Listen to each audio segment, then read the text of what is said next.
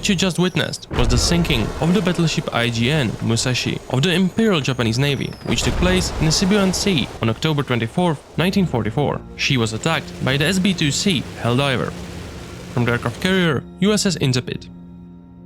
This is the USS Intrepid. This is the SB-2C Helldiver, and this is a map of Philippines and the Sibuyan Sea. No compromises, no pretending or substituting machines with placeholders. And now, on a different note. If you're asking, yes, IL-2 1946 has a Korean map and includes all the planes and aircraft carriers necessary for a faithful simulation of massive battles in a dynamic campaign.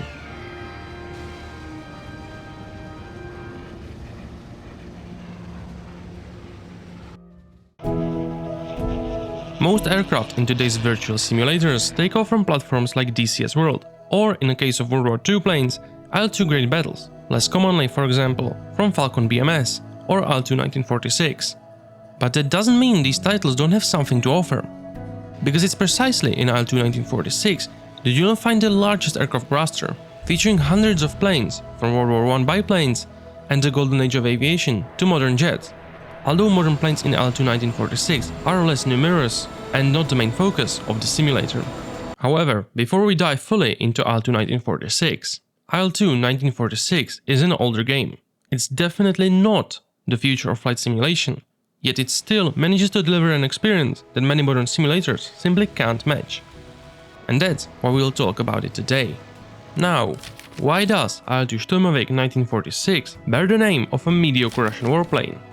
The IL-2 Sturmovik series began in 2001 with the game of the same name. It was developed by Medex Games, led by Oleg Medex. Oleg Medex is arguably the most important figure in the entire IL-2 series. His workaholic style and perfectionism earned the first game the award for the best PC simulation of 2001. Of course, the series involves many more people. We could spend the entire video naming titles under the IL-2 Sturmovik label. However, what I want you to take away is that all these titles, along with the expansions and Medex Games' work, were combined into IL-2 1946 when it was released in 2006. This collection spans everything: the Pacific War, the Normandy landings and the snowy fields of Stalingrad. It was by far the most comprehensive work in the field of flight simulation. The 1946 title itself even introduced fictional World War II scenarios. And how do you sell such a product? In today's world, you'd see various gimmicks, pre-orders, microtransactions, and several different editions, each more expensive but containing less content. Not here.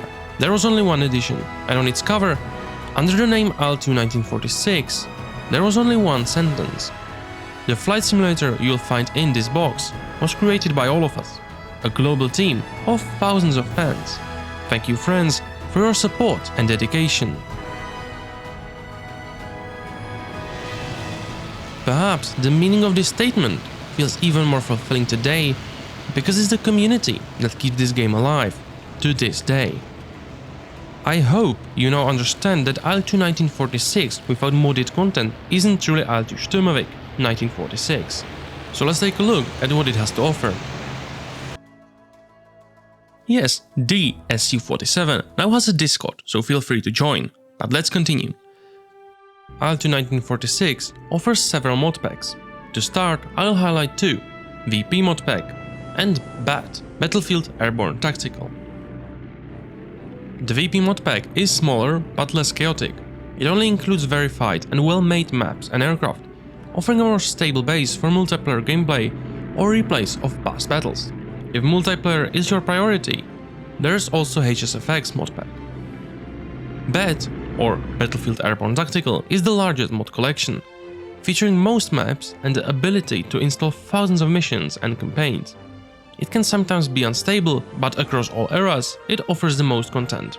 For the purposes of this video, we'll focus mainly on World War II. However, aside from the Jet Age, which leans more towards the early Cold War, the modules are similar, differing primarily in their aircraft selection. Unfortunately, the Jet Age module does not include the objectively and uncompromisingly best fighter of all time, the SU-47.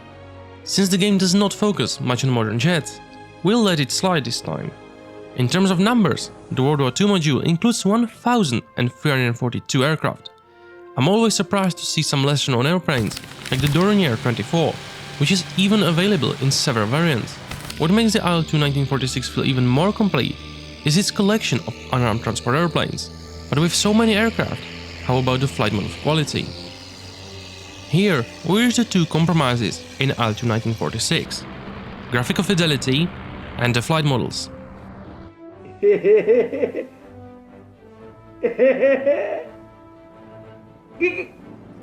There is a certain duality in the flight models. For popular aircraft, the flight model is relatively authentic, barely good enough for modern standards, if you're not looking for the hardcore simulation. For example, the British Spitfire is of sufficient high quality. However, the more obscure aircraft, the stranger the flight model. Most criticism from players focuses on heavier aircraft. The flight models for these sometimes massive planes can feel floaty. They are a bit like flying a boat. Then again, with IL-2 1946, you might as well be flying one. Where the game doesn't compromise, however, is AI. In most simulators, also known as artificial demency, in IL-2 is completely different.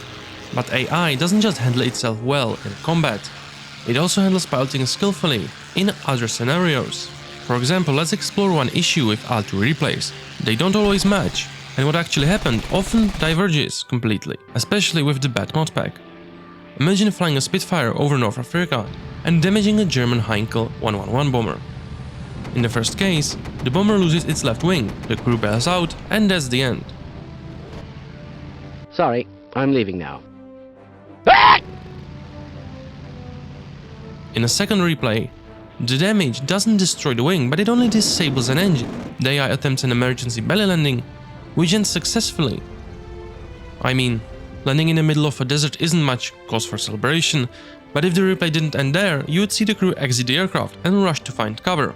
The AI in IL-2 1946 is robust enough to support a great single-player experience, which remains excellent even by today's standards.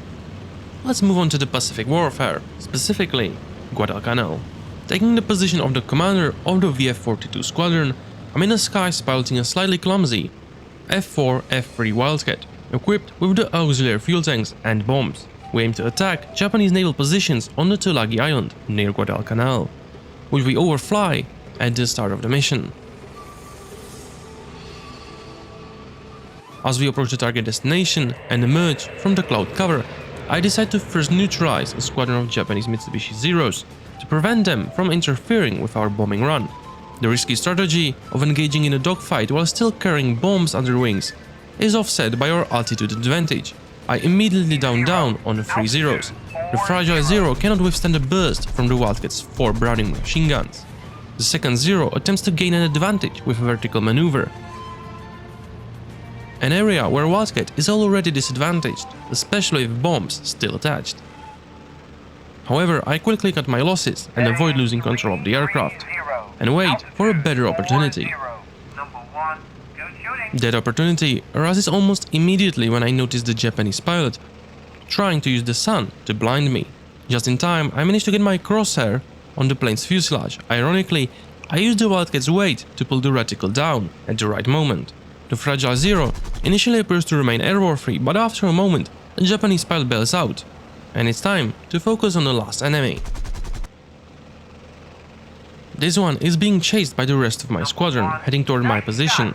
Once again, the Japanese pilot is cornered. He tries to climb higher, where we would struggle to follow him with our less capable Wildcats. However, a single burst from the machine guns disrupts this attempt, and the path to Tulagi Island is wide open. Now it's a race against the time, as a second squadron of Zeros is already heading to the island to defend it. But the luck hasn't entirely abandoned the land of the rising sun. A Japanese destroyer manages to damage my Wildcat. The bombs, however, do their job, and the destroyer is left crippled. Despite minimal visibility, I also managed to shoot down a Japanese flying boat, which is really just a boat because it's not flying. Now it's a different kind of race, not against time, but still against one of the SC system units, the temperature. The oil temperature rises rapidly, primarily because most of the oil has already made an unplanned exit through a hose of tin tank.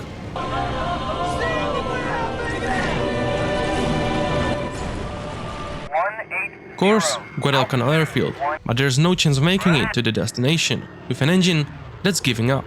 While the rest of my squadron lands at the airfield, my Wildcat is forced to ditch in the water, fortunately within a swimmable distance. Not that my pilot seems keen on the idea of swimming. As already mentioned, replays in the game are broken. The best option is to use the NTRK files. But they have the disadvantage that you need to activate them after starting the mission. And even then, they are not entirely accurate. That's why, when I was recording the intro film, I was capturing the real-time footage. I piloted the aircraft while the camera was aimed at another, and then, with the HOTAS in one hand and the mouse in my other hand, I both maneuvered the plane and adjusted the camera. In any case, replays are a small part of the game that many people want to use or need to be entirely accurate. However, the mission editor is relatively advanced for such an old game. It takes some time to get used to, but you can build your own airfields and choose from hundreds of ships, tanks and planes. Despite the age of the game's engine, it's capable of handling dozens to hundreds of units. This makes it possible, for example, to deliver the kind of experience in the dynamic campaigns that would be very difficult to create in a game like DCS, likely requiring the biggest RAM memory heist in history. There are around 4,000 missions included, and if you somehow run out, the editor gives you the tools to create 10 times that number. Add to these hundreds of planes from all eras of aviation, roughly 2,000 in total, from the largest to the smallest. The maps cover nearly the entire world affected by the war. And yes, it's practically impossible for such a massive game to have been made by a relatively small team of developers. That's probably why the box of the title proudly states: "The flight simulator you find in this box was made by all of us, a global team of thousands of fans. Thank you, friends, for your support and dedication."